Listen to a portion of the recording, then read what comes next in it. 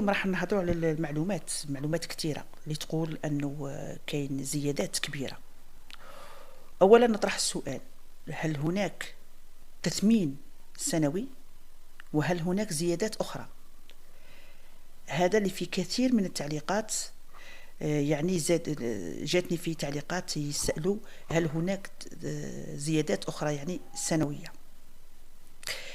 إذن زيادات هي استثنائية؟ هذه ما على بالناش بها، لا، ما نظنش بلي كاين زيادات سنوية. يعني زيادات هذه اللي راح تجي، اللي راح نطبقوها واللي هدر عليها رئيس الجمهورية، هي زيادات شهر ماي كالعادة كل سنة. إذن هادو هما نفسهم الزيادات شهر ماي، ولكن هذا المرة رايح يتبدلوا النسب. لحد الآن ما كانش زيادات استثنائية، باه نكونوا واضحين، إلى أن يجي كاش قرار جديد. الكثير يتكلم على زيادات استثنائية وإلغاء الإيرجي، ما كانش أي قرار رسمي يهدر على تنحية الإيرجي، باه ينحوا الإيرجي، هذا مستبعد.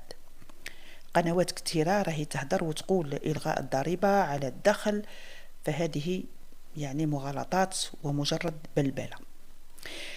ونسب الزيادات تاع 10% و15% احنا من جبناها؟ اللي راهم يهضروا على الزيادات من جابوها من خطاب الرئيس الجمهورية، والذي أقر هذه الزيادات بمناسبة يوم العالمي للعمال في أول ماي الجاري. إذن رئيس الجمهورية تكلم على هذه النسبة وقال راح تكون من 10 إلى 15%، يعني أقل نسبة تكون 10% وأكبر نسبة هي 15%. إذا توقعنا اللي يخلصوا يعني قليل، أظن تحت 2 ملايين، راح تكون النسبة المئوية 15%، واللي يخلصوا فوق 3 ملايين راح تكون 10%. هذا هو التوقع، بصح بالتدقيق، يعني باش نقولوا بالتدقيق، هذه الحسابات هذه اللي راهم يحضروا عليها واللي راهم يغلطوا فيها ناس كثيرة. بالتدقيق ما كانش بالتدقيق ما على بالناش نحسبوا 10% مثلا. إذا حبينا نحسبوا 10% مثلا هي 100,000 في المليون.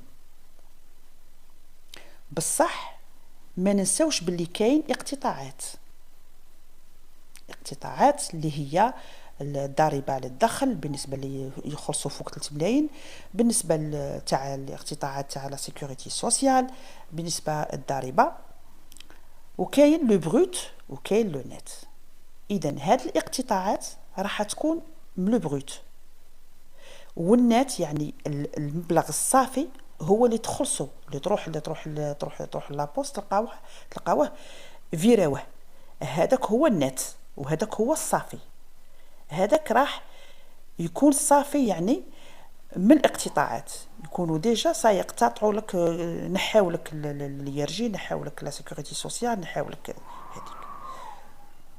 هذه هي الحسابات اللي لازم واحد يديرها في باله، وما تكونش دقيقة مهما نحسبوا، ما تكونش دقيقة، لأنه هذا من اختصاص أصحاب المهنة.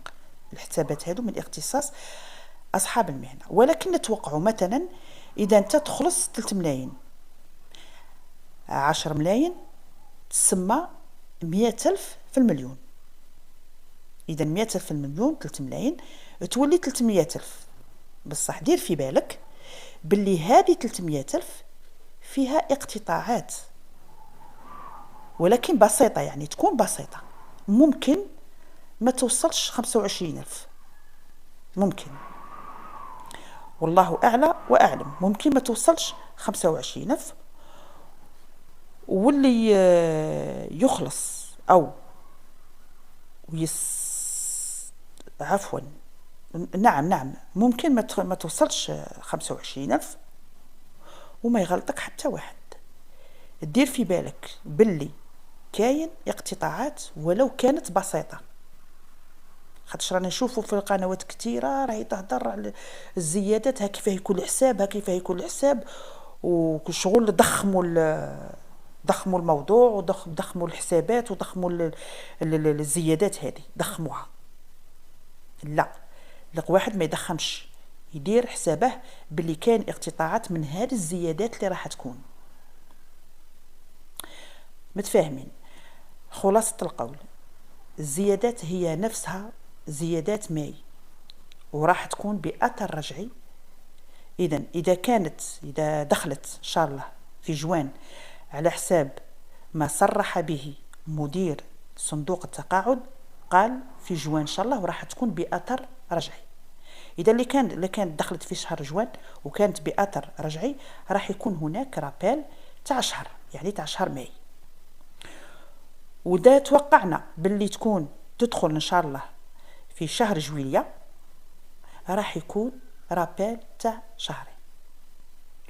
وأخيرا، ما كان حتى حاجة، يعني هذه نركز عليها، ما كان حتى حاجة تدل على إلغاء اليرجي. هذوك اللي راهم يبلبلوا عليها لا أساس لها من الصحة. والسلام عليكم.